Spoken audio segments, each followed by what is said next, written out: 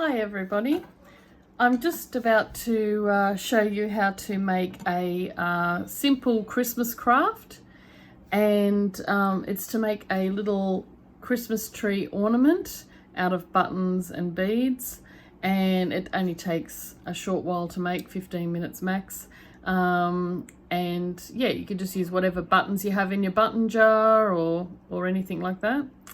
So you're going to want a few buttons that are darker or different, so that you can have them as your trunk, going from large to small. I've got 4 here. And then you want some larger buttons. You can mix the colors up, you don't have to do all one color.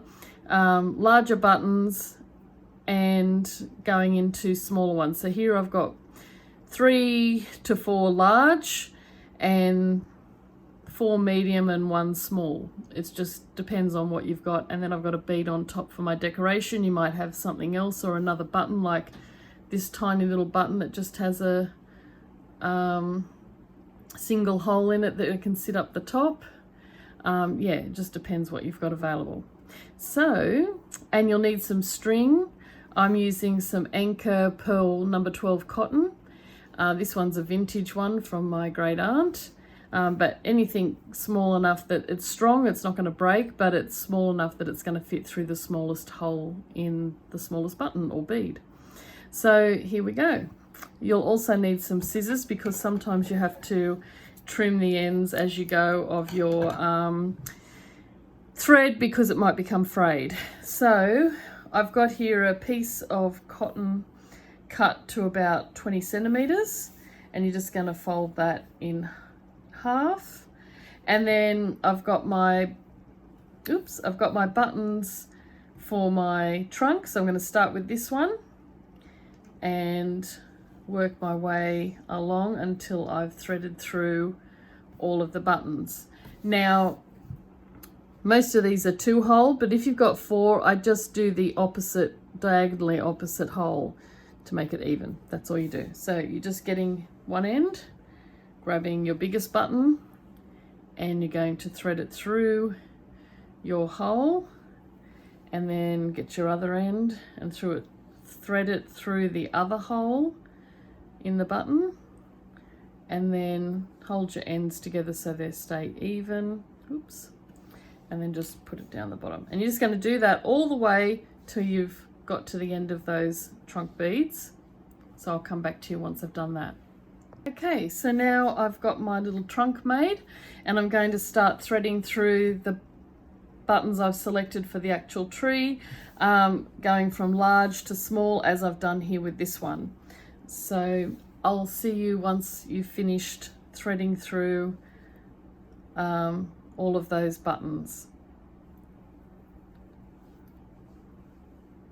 Okay, so now you can see we have ourselves a little Christmas tree, but the tree needs something on the top. So I got these buttons at the local op shop near to me yesterday for $4, but you could raid Grandma's button jar, your own button jar, you know, that you can get them quite inexpensively, and you might have some beads lying around. So there's this little button that came in the lot that I bought yesterday that's fabric, and it just has a single hole, because you want something, if you put another button on, it's really only gonna look like it's still missing the top. But this button, because it's going to sit different, right, if I put that on, you can see it's going to stand up.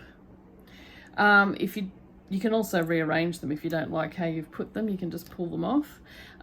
Or I've got a coloured bead here, but I don't think red's going to cut it. I think it's going to be too, you know, not the right look that I'm going for. But I do have this crystal bead similar to the same one that I put on my white tree. And I just need to make sure that these are going to go through, which I already know they do, because just trim that, because they went through yesterday. So now's the tricky part, get that through. And there we go, we've got a pretty Christmas tree with a sparkly top, which will catch the light on the Christmas tree. And now all we need to do is tie this off twice, just to make sure that's not going to loosen up and move around too much. So just do 2 knots, nice and tight. Another knot, just to make sure that's not going to move. And then now we just want to go and leave enough length to make a loop to hang on the tree. And then all I do is I do a little loop like so. So I put the loop over itself and then just feed the ends through the loop and then just pull down until you get a nice little neat knot. And then I'm just going to trim that off near the knot. And that's it. You have yourself a little Christmas tree ornament. So these make a great gift. You could put it on the table at Christmas at each person's place setting, so they've got a little tree ornament to take home. You could put it in a homemade Christmas cracker. If you're in America, you might not have crackers, I don't think, but in Britain and Canada, and I believe Canada and Australia and any Commonwealth country, we celebrate with Christmas crackers, and they're basically a tube of cardboard with a snap inside that has a bang when you pull it, and it's covered in pretty Christmas wrapping, and inside is usually a hat, a joke, and a present. So like a novelty present. So oh, what did I do there?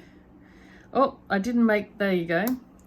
So that's the lesson learned. I'll have to rethread this one. I might get a really tiny little bead and put it through on the top just to stop. Just make sure your knot is bigger than the hole, otherwise it's just going to slide through. There's your hot tip. Or you could put a smaller bead there just to stop it from getting through. Yeah, so we have Christmas crackers. So you could put this in a Christmas cracker if you're making your own, or it's just a fun holiday project for kids to do, and make a decoration for the tree. Another alternative is I've just retied the knot a number of times, like half a dozen times, and it's been enough to stop the bead from going anywhere. There you go. Now go and hang it on your tree. Thanks.